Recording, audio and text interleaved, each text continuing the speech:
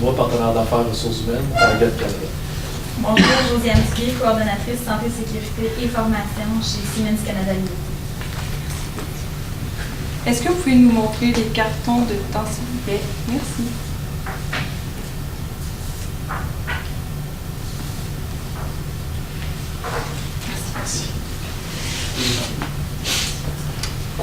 Alors, bonjour messieurs, bonjour madame. Je me présente Laura Gauthier. Je suis très heureuse d'être ici aujourd'hui avec vous. On a eu un plaisir fou à avoir votre cas. C'est vraiment une belle situation qu'on a adoré approfondir puis un peu analyser. Donc, je vais vous présenter mon équipe que j'ai ici à ma droite. Tout d'abord, Alexandre Jean qui est avec moi et monsieur François Cormier. Bonjour. Donc, de ce qu'on a pu constater, en faisant la lecture de la situation, EMCO, c'est une entreprise canadienne, mais d'envergure internationale. Vous avez vraiment une grande vision, de grandes aspirations, puis on a vraiment aimé la manière dont vous situez. Donc, en faisant la lecture, vous aviez relevé certaines problématiques que nous avons décidé, que nous avons approfondies pour ensuite trouver des solutions. Donc, les problématiques que nous avons ciblées sont tout d'abord, au sein de l'entreprise, vous avez de la difficulté à attirer les bons candidats afin de combler les postes de directeur dans les différents centres de profit que vous avez, qui sont un peu étendus dans les différentes provinces canadiennes et même dans les territoires et au Yukon. Et ensuite, la deuxième problématique que nous avons ciblée, c'est l'efficacité du processus de dotation. Donc, vous aviez quand même un très grand processus de dotation. Vous vous demandiez, est-ce que votre processus est peut-être trop centré sur certaines choses? Est-ce que vous vouliez le changer complètement ou vous voulez vraiment rester comme il est, puis c'est correct comme ça? Donc, nous, on a approfondi le sujet. Et ensuite, vous nous avez mentionné que les nouveaux candidats étaient des finissants universitaires, donc peut-être un peu plus jeunes, c'est vraiment des jeunes gestionnaires, et vous avez les gens d'expérience au sein de votre entreprise. Donc, il y avait un écart à ce niveau-là. C'est également une problématique qu'on a relevée et qu'on va approfondir au cours de la séance. Donc, pour répondre à ces différentes problématiques, le plan de la séance va comme suit. Nous allons parler de stratégies d'attraction créative à implanter au sein de votre entreprise. On va parler de l'employeur de choix. On sait que vous êtes le fournisseur de choix au Canada. Pourquoi pas devenir l'employeur de choix? Ensuite, on va vous parler de différents avantages sociaux qu'on suggère et on va vous parler du processus de dotation. Ce n'est pas mentionné ici, mais on va également vous proposer un plan d'action à instaurer à l'interne et à l'externe. Et comme je vous ai dit, on va mentionner également les différents éléments par rapport à l'écart générationnel, la problématique que vous avez par rapport à ça. On va terminer avec un petit retour sur la séance et vous pourrez bien sûr me poser vos questions. Donc, je cède la parole à mon collègue Alexandre. Donc, bonjour. Par rapport aux stratégies d'attraction, on voulait faire ressortir des nouvelles stratégies pour attirer plus de nouveaux gestionnaires pour votre entreprise. On sait, premièrement, que c'est bien important que votre entreprise et vos candidats se rattachent en tout point, parce qu'une erreur de sélection pourrait entraîner des très grands coûts de l'ordre d'environ 200 000 $. Pour commencer, on aimerait ça faire accréditer votre entreprise comme employeur de choix. Ça amènerait beaucoup de prestige à l'entreprise et une très grande reconnaissance. Ensuite, on a découvert que votre programme de mentorat attire aussi beaucoup de personnes et que c'est vraiment utile pour l'entreprise, le mentorat de 3 ans et demi à 5 ans. Aussi, il y a la formation soutenue, donc toujours quelqu'un ou plusieurs personnes sur un employé qui va l'aider à se faire former. Et elle est continue, donc peu importe après le 5 ans. Il y a un suivi qui est constant. Merci. Ensuite, il y a le coaching. C'est-à-dire qu'il y a toujours quelqu'un dans l'entreprise qui va suivre la formation et le développement de l'employé. Ensuite, votre entreprise a une belle responsabilité sociale et environnementale. Par exemple, lorsque vous arrivez, vous faites une acquisition dans une localité, vous laissez l'entreprise au même nom. Donc, ça, c'est très bon pour la responsabilité sociale. Les gens gardent leur attachement à l'entreprise.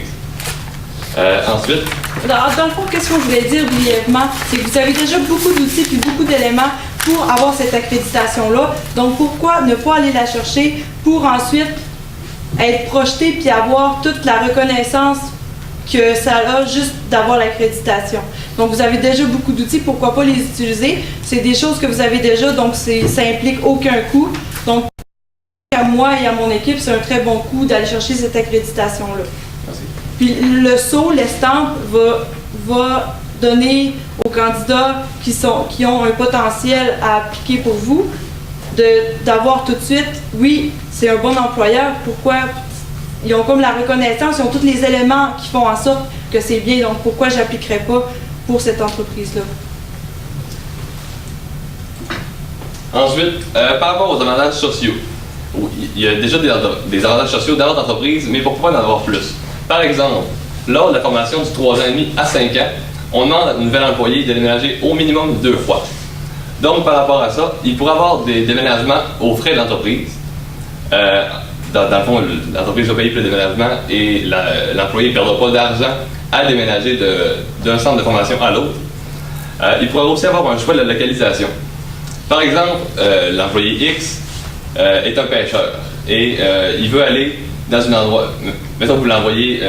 Désolé pour vous l'envoyez par rapport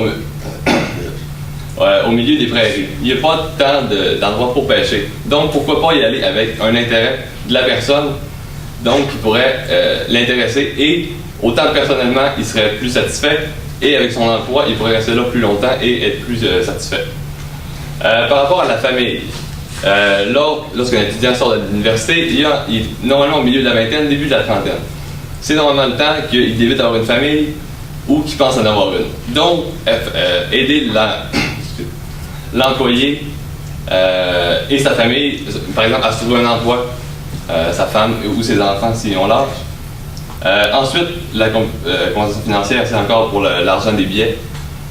Et l'aide aux employés. Oui, par rapport au programme d'aide d'employés, on veut vraiment que votre entreprise se démarque, à savoir qu'il y a une aide au niveau service d'un psychologue, d'une écoute attentive. On sait souvent que, par exemple, un Québécois, lorsqu'il va être dépêché dans une province autre que celle du Québec, va se sentir moins à l'aise vis-à-vis la langue même. Donc, si l'employé peut se sentir beaucoup plus à l'aise, accueilli, après ça, on est en mesure de lui donner de la documentation sur la communauté même qu'il choisit. On va pouvoir faciliter son intégration même et accentuer même naturellement son développement dans votre entreprise ainsi que personnel. Merci. Ça compléterait ce qu'il y a par rapport à la stratégie. Je voudrais aussi dire que les résultats de tous ces stratégies-là pourraient aider à avoir de nouveaux talents. Maintenant, pour le processus de dotation, M. François Cormier. Merci. Donc, enfin, aujourd'hui, je vais vous parler du processus de dotation. La raison est même, OK? Nous, présentement, par rapport à vos critères de sélection, on a remarqué que vous en aviez quelques-uns qu'on voudrait mettre beaucoup plus à l'avant-plan et certains qu'on voudrait voir plutôt à la baisse au niveau de la pondération, au niveau des critères de sélection. Par exemple, ici, vous mettez l'emphase au niveau de l'éducation même, au niveau de la scolarité. Choix qu'on ne remet aucunement en question, à savoir qu'on veut des gestionnaires universitaires pour pouvoir prendre les rênes de votre entreprise.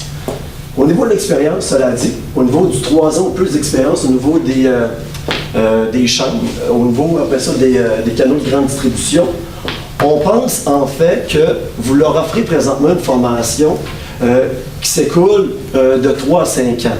Donc, naturellement, le fait de mettre moins l'emphase au niveau de la pondération ainsi que la connaissance du marché même, à savoir la connaissance des produits, tout en gardant naturellement une expérience en tant que gestionnaire, pourrait avoir des répercussions assez intéressantes. Présentement, au niveau de l'élargissement de l'entonnoir. Présentement, vous parlez qu'il y a un rapport de 1 sur 200 qui réussit le processus de 6 à 8 semaines. Si on élargit ce processus-là, en fait, par diminuant ce critère de pondération au niveau de l'expérience des connaissances même et de l'expérience physique, cela pourrait améliorer grandement, en fait, l'intérêt des participants à pouvoir postuler puisqu'on traiterait même la candidature. Cela dit, pour ne pas affecter la structure même de votre entreprise, on voudrait instaurer un panier de gestion. On parle de gestionnaire. Le fait d'intégrer ce panier de gestion-là pourrait multiplier, en fait, la diversité à l'intérieur de votre entreprise. Je vous donne un exemple. Si on prend une étudiante qui termine son bac, celle-ci peut avoir de très bonnes connaissances au niveau de la gestion même, sans pour autant connaître l'ensemble des produits. Ça ne fait pas d'elle une candidate moins intéressante qu'un autre. Le fait de mettre une pondération moins significative ne veut pas dire qu'on élimine complètement, mais surtout qu'on met l'emphase au niveau du panier de gestion où celle-ci pourra se démarquer des autres candidats. Ainsi, naturellement, après ça, élargir le rapport même. Au niveau du plan d'action maintenant, au niveau à l'interne et à l'externe. Au niveau de l'interne, présentement, vous soulevez éventuellement une problématique, à savoir l'attraction ainsi que la rétention. Naturellement, il est très important pour votre entreprise de concevoir une entrevue de départ ainsi qu'un questionnaire afin de prioriser les éléments importants ainsi que mettre l'emphase sur des besoins futurs. Au niveau de l'interne aussi, on veut mettre l'emphase au niveau de la centralisation de l'information même. Présentement, on part au niveau de l'écart générationnel. Donc, en centralisant cette information-là par des médias électroniques ainsi que manuscrits, on est capable de, naturellement, d'aller rejoindre conjointement cet écart générationnel. On parle souvent de journaux internes aujourd'hui, mais on peut parler de manière manuscrite, mais on peut parler aussi d'infolettes de manière électronique. On parle aujourd'hui de systèmes tels Intranet, Neveo, qui vont vous permettre par des systèmes informatisés de rejoindre l'ensemble de cette clientèle-là. Par rapport au plan d'action au niveau de l'externe, naturellement, EMCO, après la lecture même du cas, je suis sûr que certains étudiants, s'ils prendraient conscience de votre entreprise, désireraient postuler. Souvent, ce qui arrive, c'est au niveau de la notoriété, de la connaissance de votre entreprise. C'est sur cela qu'on veut mettre l'emphase, en fait.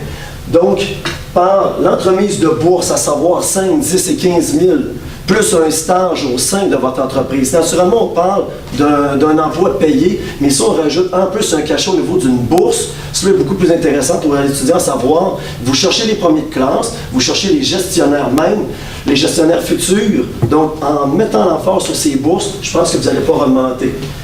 Au niveau des compétitions, telles qu'aujourd'hui des cas académiques, au niveau des commandites, naturellement, vous mettez l'emphase sur EMCO à savoir, mais qu'est-ce qu'est cette entreprise? Naturellement, avec le partenariat avec les centres locaux d'emploi, ainsi que l'augmentation au niveau de la visibilité sur les médias sociaux. Aujourd'hui, qu'on parle de Facebook, de Twitter, aujourd'hui, si on pense juste à YouTube avec les publicités qui peuvent durer 20 secondes, le fait de mettre l'emphase là-dessus, on va aller chercher une clientèle de jeunes, comme vous le dites, jeunes entrepreneurs qui veulent partir une entreprise, mais qui vont naturellement mettre beaucoup plus d'emphase sur YouTube que sur des journaux tels que le Journal de Montréal, Québec, etc. Je vais laisser la parole à ma collègue. Tout à l'heure, je vous ai parlé de la problématique des écarts générationnels. Nous, en fait, on a trouvé une solution quand même assez simple. En fait, ce qu'on propose, c'est d'utiliser les forces de chacun.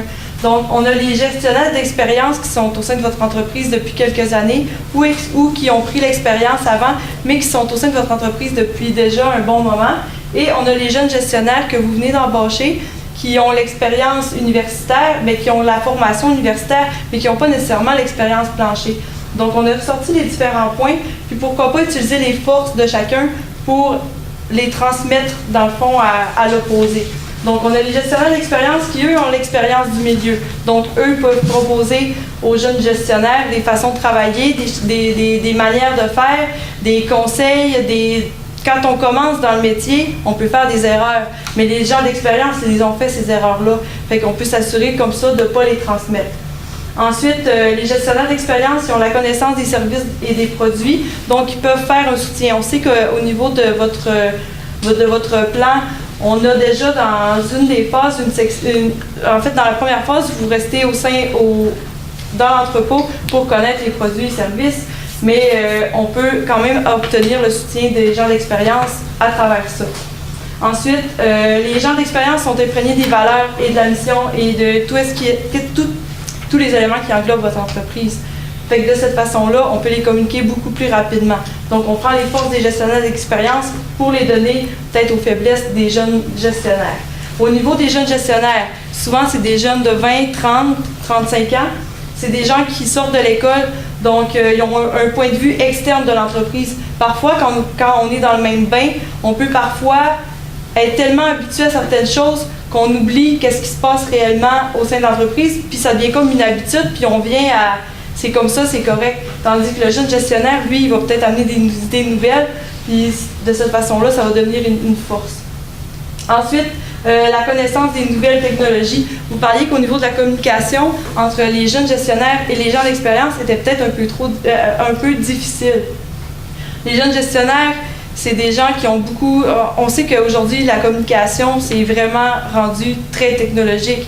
Oui, on utilise encore le papier, mais on est vraiment rendu à l'ère des ordinateurs, des téléphones portables. Donc, les jeunes ont une tête plus d'expérience puis plus de facilité avec ces appareils-là. Donc, pourquoi pas les transmettre aux personnes qui sont plus d'expérience, qui commencent un peu, mais qui sont quand même très intéressées à se mettre à jour, puis à utiliser ça de manière efficace et régulière, quotidienne.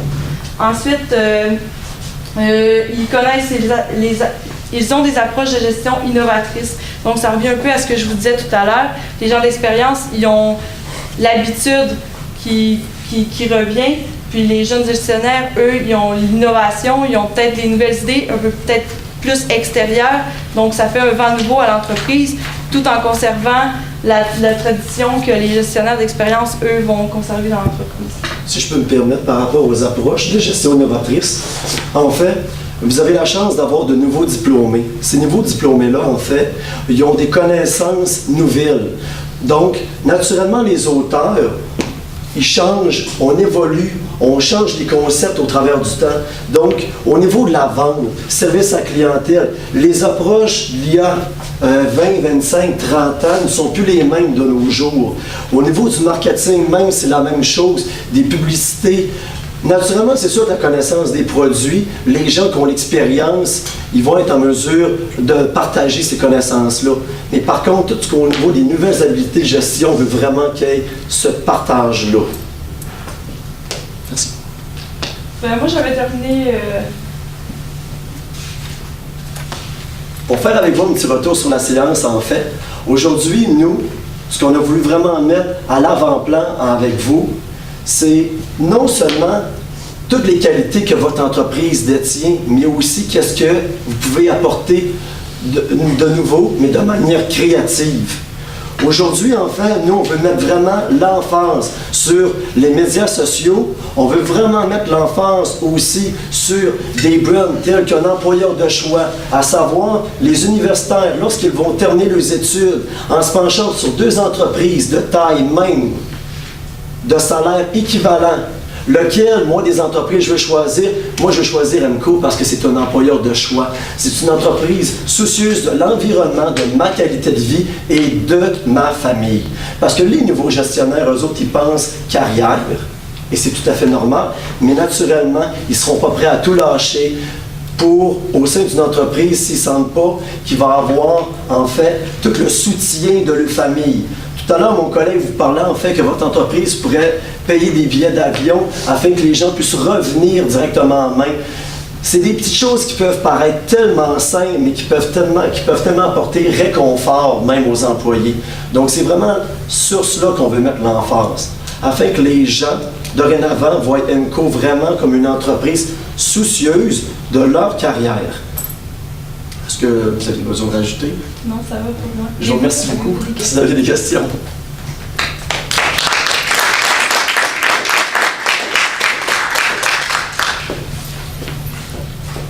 J'aurais un point de clarification. Vous avez parlé à un moment donné de la pondération. Oui. Et puis, est-ce que vous avez identifié quels éléments clés que la pondération doit être doit être revu au niveau du processus de dotation? Ça, on parle de la pondération même, en fait, lors d'un processus de dotation. On peut mettre l'emphase, mettons, 10% au niveau des références. On peut mettre une pondération plus significative au niveau de l'entrevue, mais il faut mettre une pondération quand même significative au niveau même, à savoir si on choisit le candidat ou non. Donc, au niveau même des critères de sélection, à savoir la capacité qu'un employé peut soulever au niveau d'une charge, à savoir le critère, est-ce qu'il connaît bien les produits, est-ce qu'il connaît bien ce créneau-là. On veut mettre moins d'importance et mettre beaucoup plus d'importance au niveau d'un panier de gestion afin vraiment de cerner même quels sont les candidats ayant une tête sur les épaules pouvant tenir vraiment les rênes devant l'entreprise. Vous avez, Est-ce que ça répond bien? Merci. Merci. vous avez indiqué que beaucoup de gens ne veulent pas déménager ça et vous avez des recommandations comment faire ça plus à ces gens-là. Et vous avez raison, peut-être 50% des gens ne veulent pas déménager, surtout 2 fois. Pensez-vous que toutes ces recommandations, ça va affecter le pourcentage qui veut déménager de 50% à combien? Est-ce que Bien, ça, on parle grossièrement, naturellement, par l'entreprise, de programmes d'aide aux employés, de billets d'aide au niveau de trouver des emplois au sein des familles. Je dirais même qu'on pourrait voir tripler en diminuant même. Je pense qu'on pourrait y aller à une réduction de 30% même, puisque si on prend une entreprise telle que l'armée, cette entreprise-là offre toujours un soutien au niveau des militaires même, à savoir, on va payer votre déménagement, on va vous offrir des billets d'avion, vos familles vont pouvoir vous soutenir. On pense encore dans cette vision-là. Présentement, c'est quelque chose qui fonctionne, donc on ne voit pas pourquoi cela ne serait pas intéressant. OK, merci. Un peu technique peut-être comme question, mais votre panier de gestion, vous le metteriez où dans votre processus de sélection? Est-ce que vous le feriez pour tout le monde, au début, à la fin? Bien, au niveau du panier de gestion, en fait, on en a parlé tout à l'heure, un panier de gestion coûte excessivement cher à une entreprise. Mais puisque votre entreprise, pour elle, ça représente des coûts de 200 000 $ à former un employé, naturellement, on ne veut pas négliger le coût d'un panier de gestion qui peut coûter de 10 à 15 000 $. Naturellement, on le voit en dernière étape, au niveau d'un critère, vraiment même, une fois que les critères sont bien établis, après ça, la personne a passé en entrevue, on voit que cette personne-là pourrait câbler selon votre mission, vos valeurs, votre vision, là, par la suite, pour, à savoir, je dirais, déterminer quel candidat on veut choisir, le panier de gestion pourrait être très intéressant. Merci. Merci. Merci.